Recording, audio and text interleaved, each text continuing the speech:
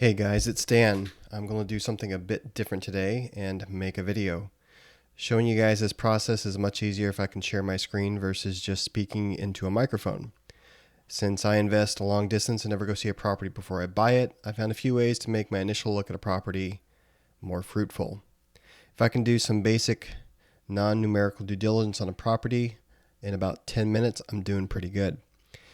I'm going to show you some free tools you can use to see if a property or even an entire market is something you want to look at. Let's take a look at an example property that's on the market in May of 2020 and go through the process. So when I was looking at mostly residential properties, Realtor.com was my favorite. It was the least annoying to use, so that's what I'm showing you here.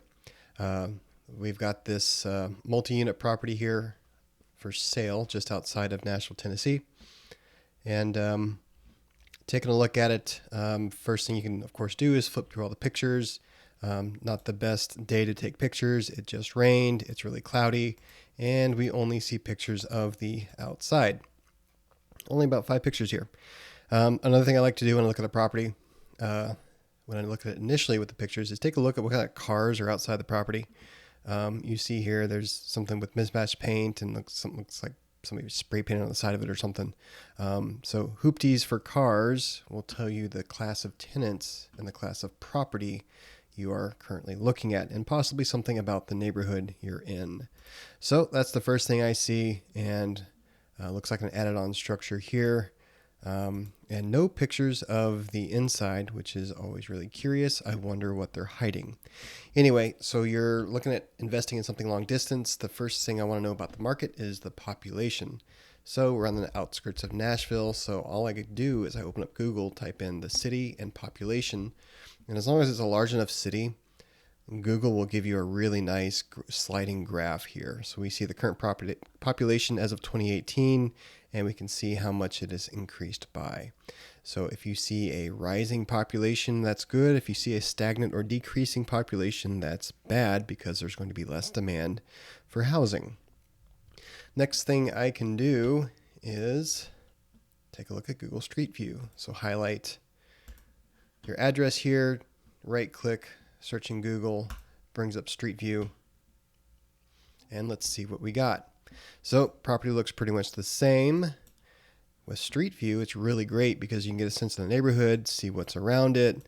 Back here looks like another apartment complex. Looks like a gas station that's just okay looking. I've never heard of shale before, but okay. And you can take a look, scroll down the street and see what you got. Looks like a little market, smoke store, some other businesses, post office, more apartment complex, tattoo parlor. Okay, so wonderful area here, wonderful area. But, if you invest in something like this, then this might be the thing you're really looking for. The other thing Street View can do that's really great is if we go up here to the little time icon, we can do a drop down and it'll show you every time that Google's Street View car drove by this property, and all the way back to 2007 in this case, with the most recent being 2019. So if we look at the October 2007 property, we can get a sense of what's changed about the property. Is it deteriorating? Is it staying the same? Have there been improvements made? Anything like this. Or any features like that. So overall, the neighborhood looks pretty much the same. Nicer day out, and we can take a look at what's going on in the property. Since very little of the property is a street front, you can't really get a sense of what's going on with it, but we can at least see what's going on from the exterior when the broker isn't out there taking pictures of it, trying to make the property look as good as possible, which they really didn't do. So one thing we can see right here is here's the outdoor mailboxes. If we zoom in on them, when I was looking at this before I made the video, I thought it was really interesting. Some of the doors just laying open. I guess tenants don't care about getting their mail stolen, or maybe nobody lives there.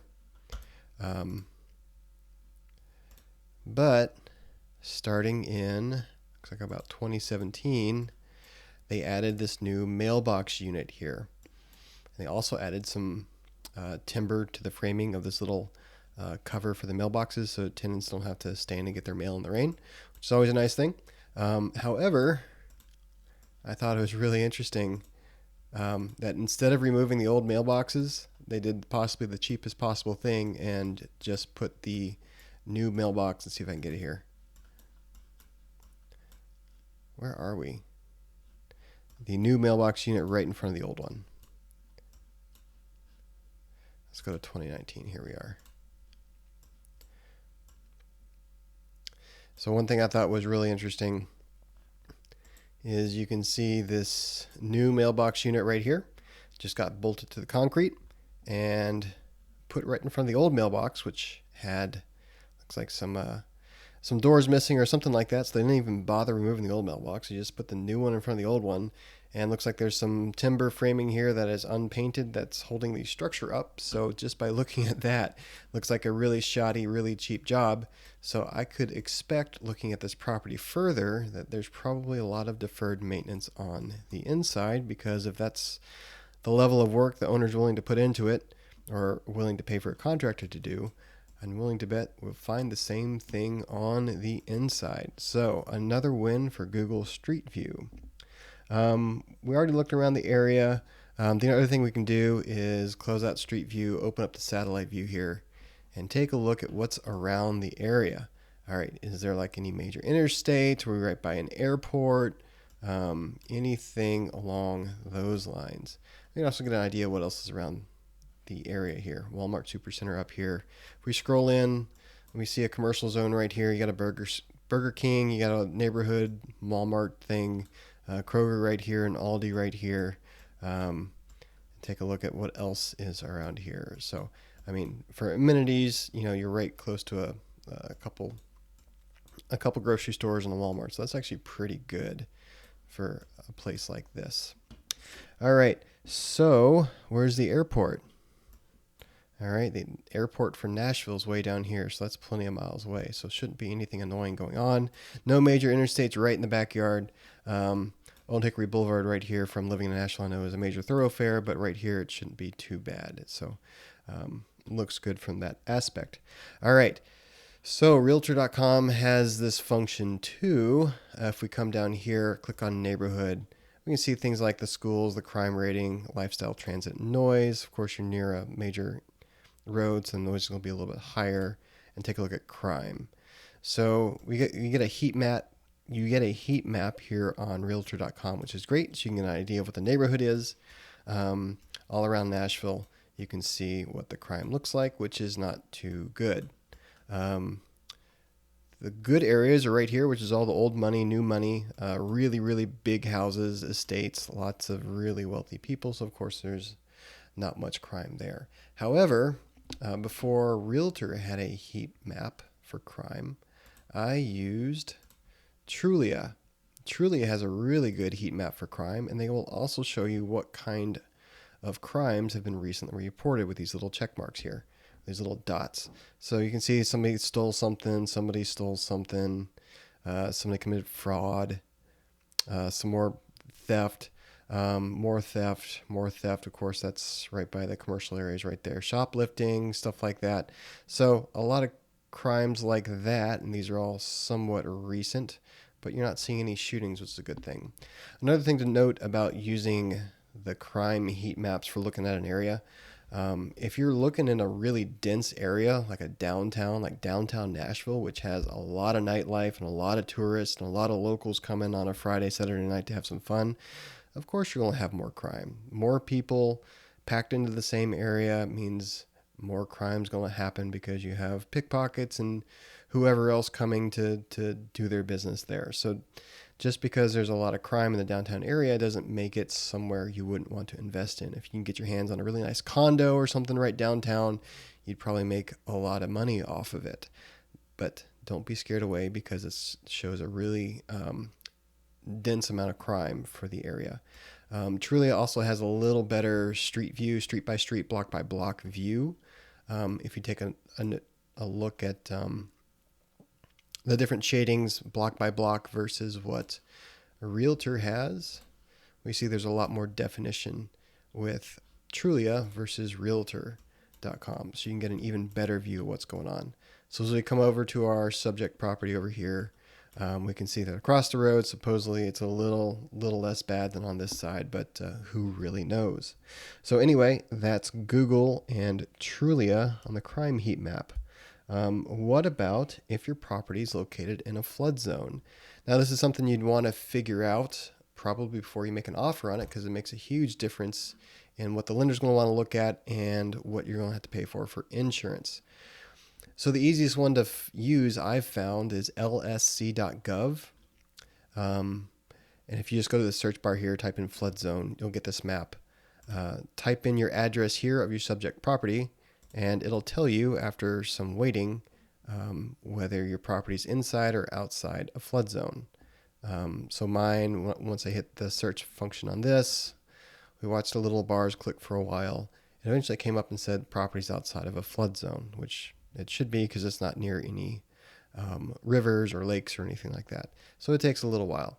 After a while, it'll come up and say, hey, this area is not in a flood zone, but go to FEMA for the real flood map. And you click on that link and you can come here again, enter your address. This is the real FEMA site, so they actually would know. This is probably what your insurance uses to underwrite as well. And you can get a really good idea of if your property's in a flood zone or not. So this one is not, there's no shading areas down here that denotes any trouble. If you zoomed in on your property and you're right off of a river or something like that, you may have some issues there. So something I'd want to know before I put an offer in on a property. The other thing I found that I really love using is called a GIS or a GIS or a GIS, the Graphical Information Service. Every county almost in the U.S. is going to have this. All you do is you put the county name in the Google search bar and GIS, and if it's got one, which unless it's a really itty bitty tiny county with not a lot of money or a huge population, it's going to have one. And you look for something like this. So we're obviously in Nashville, Tennessee, so we don't want the one for North Carolina, but Parcel Viewer, mapping and GIS. A few different software companies make these, but most all the municipalities or counties use just about the same one.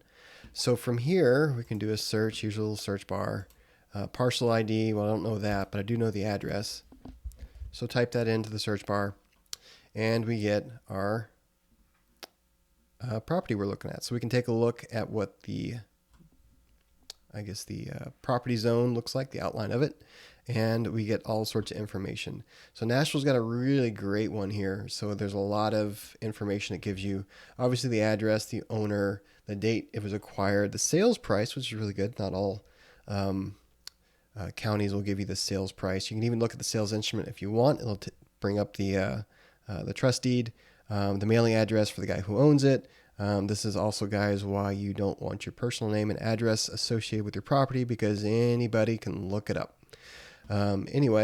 Appraised value, all this stuff, ownership history. I can see what the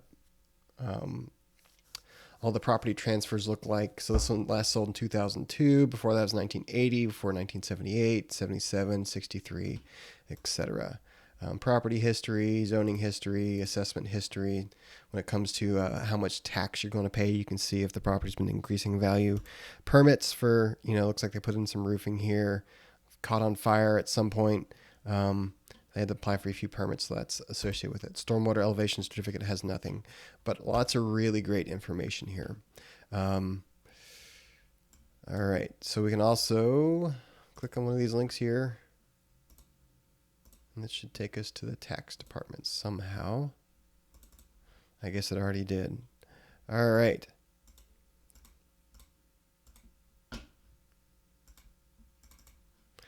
Anyway, so the GIS is available for most counties out there, and you can pull up your property's address and get all sorts of information on it that you can't get off of just a listing website. So very, very helpful. The last one I want to show you guys is something called seedy-data.com. That's seedy-data.com.